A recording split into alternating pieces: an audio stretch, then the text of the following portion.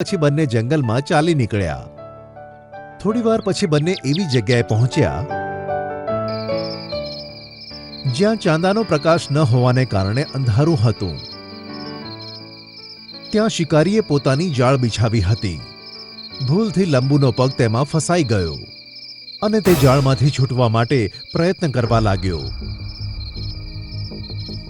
છોટુએ જોયું કે લંબુ ફસાઈ ગયો છે તો તે તેને છોડાવવાનો પ્રયત્ન કરવા લાગ્યો, પણ લંબુ તે જાળમાં પૂરેપૂરો ફસાઈ ગયો હતો અને હવે તે હલી પણ નહોતો શકતો.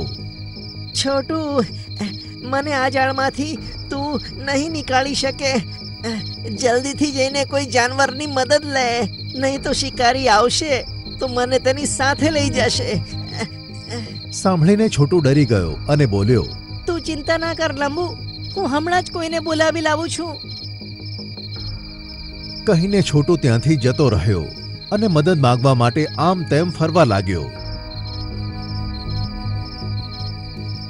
થોડી વાર પછી તેને હાથી દેખાયો. હાથીભાઈ, મારો દોસ્ત લંબુ જાળમાં ફસાઈ ગયો છે. મારી સાથે આવીને જલ્દીથી તેને જાળમાંથી મુક્ત કરો. હવે બસ પણ કર છોટુ, તું પહેલા જ આ રીતે બધાને મૂર્ખ બનાવી ચૂક્યો છે. પણ આજે હું ખોટું નથી બોલતો, મારો વિશ્વાસ કરો.